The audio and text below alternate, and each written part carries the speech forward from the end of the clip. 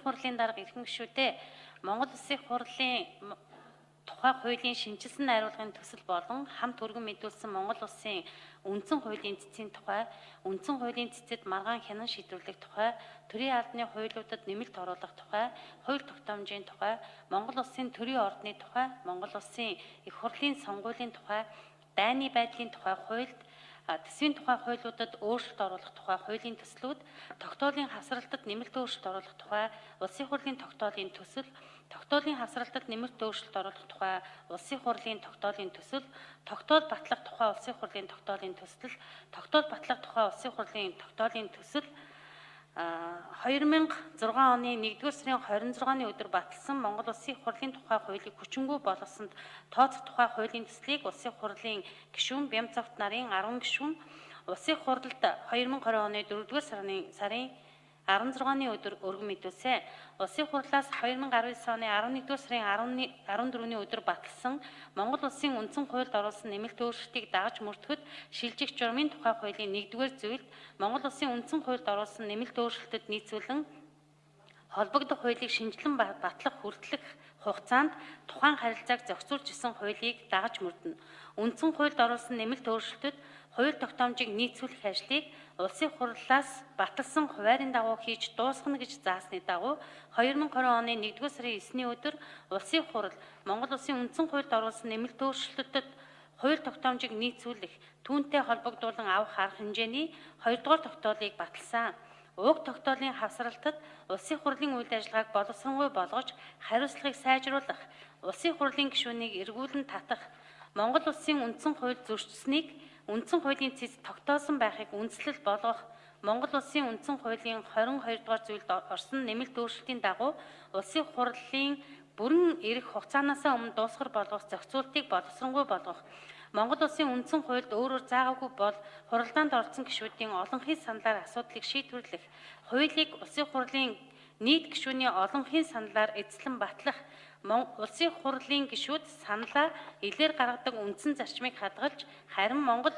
Улсын үндсэн хууль болон бусад хууль заасан эсвэл хуралдаанд оролцсон гишүүдийн олонх дэмжсэн бол нууц санал хураалт явуулж байхаар өөрчлөх, хянан шалгах төр хороог хуулиар тусгаарлан тогтоосон эрх хэмжээний хүрээнд мэргэжлийн хараа тус шинжээч томилох, гэрч шинжээчээс мэдүүлэг авах, нотлох баримт гаргуулах зэрэг арга хэрэгсэл ашиглан засгийн газар түүний байгууллага, галбан тушаалтан, хууль зөрчсөн эсэх, эрх мэдлээ уруулан ашигласан эсэх, төсвийн хөрөнгийг зориултын бусаар зарцуулсан эсэх болон нийтийн ашиг сонирхлыг хүндсэн тодорхой асуудлаар дүгнэлт гаргах, иргэдэд үнэн зөв бодиттой мэдээлэл хүргэх зорилгоор байгуулах, төр орооноос гаргасан дүгнэлт шүүхэд үүрэг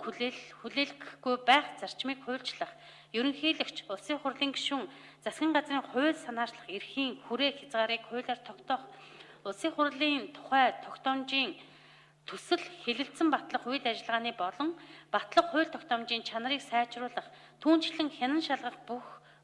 бүрэн эрхийг үр нөлөөтэй хэрэгжүүлэх зорилгоор Улсын хурлын ээлж чуулганы үргэлжлэх хугацааг 75-аас доошгүй ажлын өдөр болгон нэмэгдүүлэх гэж заасны дагуу Монгол Улсын хурлын тухай хуулийн шинжилсэн найруулгын төсөл болон хамт өргөн мэдүүлсэн холбогдох хууль тогтоолын төслийг боловсруулжээ. Төслийг хэлэлцэх үеэр